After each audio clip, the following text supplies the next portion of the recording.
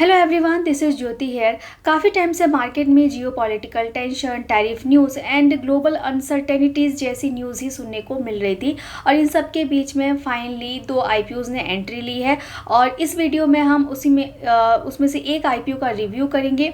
ये दोनों ही IPO same day में ओपन होने जा रहे हैं, जिसमें से एक है ए फाइनेंस, जिसका हम इस वीडियो में डिटेल रिव्यू करेंगे, और दूसरा है फैक्टर एनालिटिक्स, जिसका मैंने सेपरेट वीडियो बनाया है, आप वो भी जाके चेक कर सकते हैं।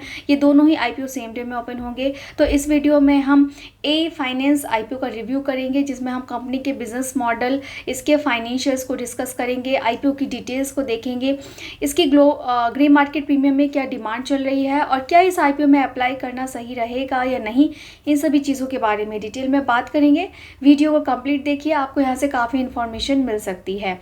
तो फर्स्ट ऑफ ऑल तो हम कंपनी के बिजनेस मॉडल से स्टार्ट करते हैं। तो काफ़ी पुरानी कंपनी है, 1993 में स्टार्ट हुई थी और ये एक एनबीएफसी है, means non banking financial company है, जो माइक्रो एसएमएमईज को लोन प्रोवाइड करती है। मींस जो स्मॉल बिजनेस ओनर्स होते हैं, जो अंडर सर्व्ड कैटेगरी होता है, उनको ये सर्व करती है। तो स्मॉल बिजनेस ओनर्स को ये लोन प्रोवाइड करती है, जैसे स्मॉल रिटेल शॉप्स ओनर्स जो होते हैं या फिर स्मॉल मैन्युफैक्चरर, सर्विस प्रोवाइडर, इन सबको ये लोन प्रोवाइड करती है, जिनको ईजिली बैंक से लोन नहीं मिल पाता है in short of some documents, या किसी भी रीज़न से उनको बैंक से लोन नहीं मिल पाता है, तो उनको ये लोन प्रोवाइड करती है और इस सेगमेंट को ये सर्व करती है। तो अंडर सर्व्ड सेगमेंट को ये सर्व करती है, जिसकी वजह से इनको काफ़ी बड़े इन्वेस्टर्स का बैक सपोर्ट भी मिलता है।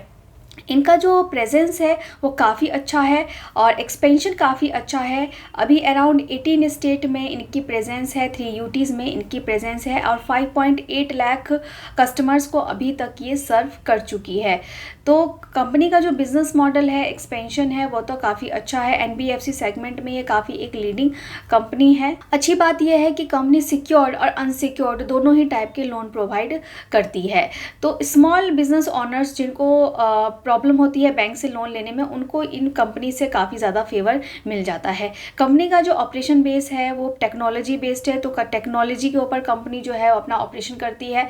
तो ये सभी चीज़ें इनको काफ़ी स्ट्रॉन्ग पॉइंट बनाती हैं। अब हम इनके फाइनेंशियल्स को डिस्कस कर लेते हैं कि कंपनी फाइनेंशियली स्ट्रांग है या नहीं। फाइनेंशियल्स में सबसे पहले हम नज़र डालेंगे इनके असेट पे। तो कंपनी का असेट आपको यहाँ पे दिखेगा कि लास्ट 3 ईयर से ग्रोइंग है।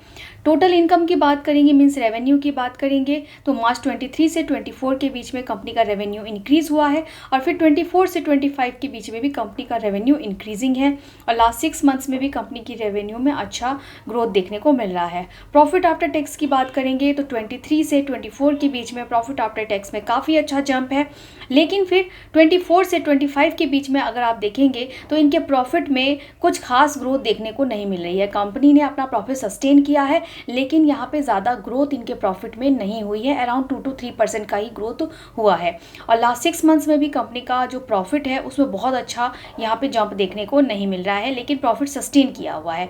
नेट वर्थ की बात करेंगे तो इनका नेट वर्थ 23 से 24 के बीच में काफ़ी अच्छा है। 24 से 25 के बीच में भी नेट वर्थ इनका इंक्रीज़ हुआ है और यहाँ पे 6 मंथ्स में भी कंपनी के का जो नेट वर्थ है वो अच्छा इंक्रीज़ हो रहा है। रिजर्व सरप्लस की बात करेंगे तो कंपनी के पास रिजर्व सरप्लस भी काफ़ी अच्छे हैं। और बोरोइंग्स की बात करेंगे तो क्योंकि ये एक नॉन बैंकिंग फाइनेंशियल कंपनी है, लोन देने का काम करती है, तो ऐसे केसेस में ऐसे कंपनीज़ के पास जो है वो अक्सर डेट देखने को मिलता है, तो इसको हमें ज़्यादा कंसीडर नहीं करना है। अब हम अदर केपीआई रेशियोज़ को भी चेक कर लेते हैं। इनका आरओई हम देखेंगे तो 12.12% का है, जो कम है। डेब्ट इक्विटी रेशियो जो है वो पिछले 6 महीने में इंक्रीज़ हुआ है, लेकिन मैंने आपको बताया कि ये एक फाइनेंशियल कंपनी है तो इसको ज़्यादा कंसीडर हम नहीं करेंगे। रिटर्न ऑन नेटवर्थ भी इनका जो है वो कम है। पीबी रेशो इनका ओके है। पीई रेशो इनका 14.11 का फ़िलहाल है और आईपीओ के बाद 24.64 का है। तो अगर इस सेक्टर में देखा जाए तो पीई रेशो के हिसाब से वैल्यूशंस इनकी ओके हैं। अब आईपीओ की डिटेल्स की बात करते हैं तो 9 to 11 फरवरी तक ये आईपीओ ओपन रहेगा अप्लाई करने के लिए। ₹2 पर शेयर का फेस वैल्यू है और प्राइस बैंड इसका रखा गया है 129 पर शेयर का। तो आपको हायर कट ऑफ पे ही अप्लाई करना होता है ताकि आपके एप्लीकेशंस रिजेक्ट ना हो। एक लॉट में 116 शेयर्स रहेंगे और इस आईपीओ का जो टोटल साइज़ है वो है 1010 करोड़ का, जिसमें से 710 करोड़ का फ्रेश इशू है एंड 300 करोड़ का ऑफर फॉर सेल है। अगर आप इस आईपीओ में अप्लाई करते हैं तो इसका अलॉटमेंट जो है वो 12 फरवरी को आ जाएगा। 12 फरवरी को इसका रिजल्ट आउट हो जाएगा और आपको पता चल जाएगा कि आपको ये आईपीओ मिला है या नहीं। अगर आपको ये आईपीओ मिल जाता है तो आपके डीमैट अकाउंट में 13 फरवरी तक ये शेयर्स आ जाएंगे, नहीं तो सेम डे से इसका रिफंड प्रोसेस स्टार्ट हो जाएगा और फिर 16 फेब को ये कंपनी एक्सचेंज पे लिस्ट हो जाएगी। आईपीओ से रेज किए हुए फंड को कंपनी कहाँ यूज़ करने वाली है इसके बारे में कुछ ज़्यादा डिटेल्स नहीं है, लेकिन यहाँ पे 10% शेयर्स जो हैं वो रिटेल कैटेगरी के लिए रिजर्व रखे गए हैं।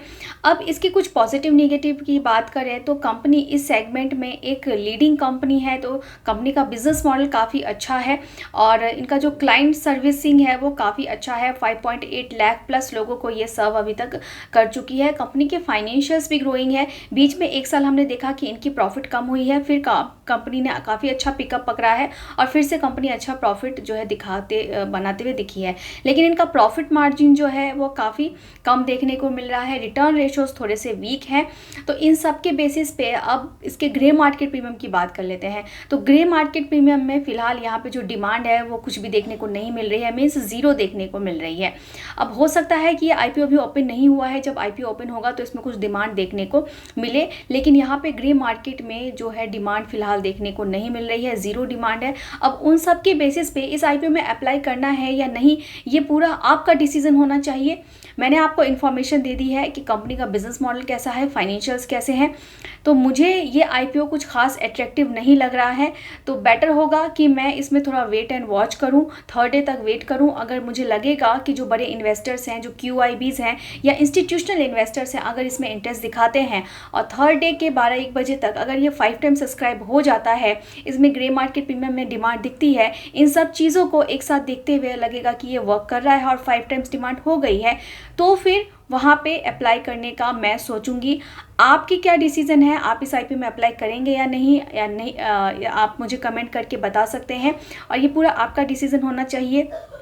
कंपनी को कैसे एनालिसिस किया जाता है, कैसे उसके चार्ट रीड किए जाते हैं, फाइनेंशियल्स कैसे रीड किए जाते हैं, अगर आप भी सीखना चाहते हैं तो आप उसके लिए क्लासेस ज्वाइन कर सकते हैं, जिसकी डिटेल्स आपको हमारे डिस्क्रिप्शन बॉक्स में मिल जाएगी। और ऐसे ही वीडियोस के लिए चैनल को सब्सक्राइब करके रख लीजिए और वीडियो से कुछ भी इन्फॉर्मेशन मिली हो तो इसे एक लाइक ज़रूर करिए। Thank you.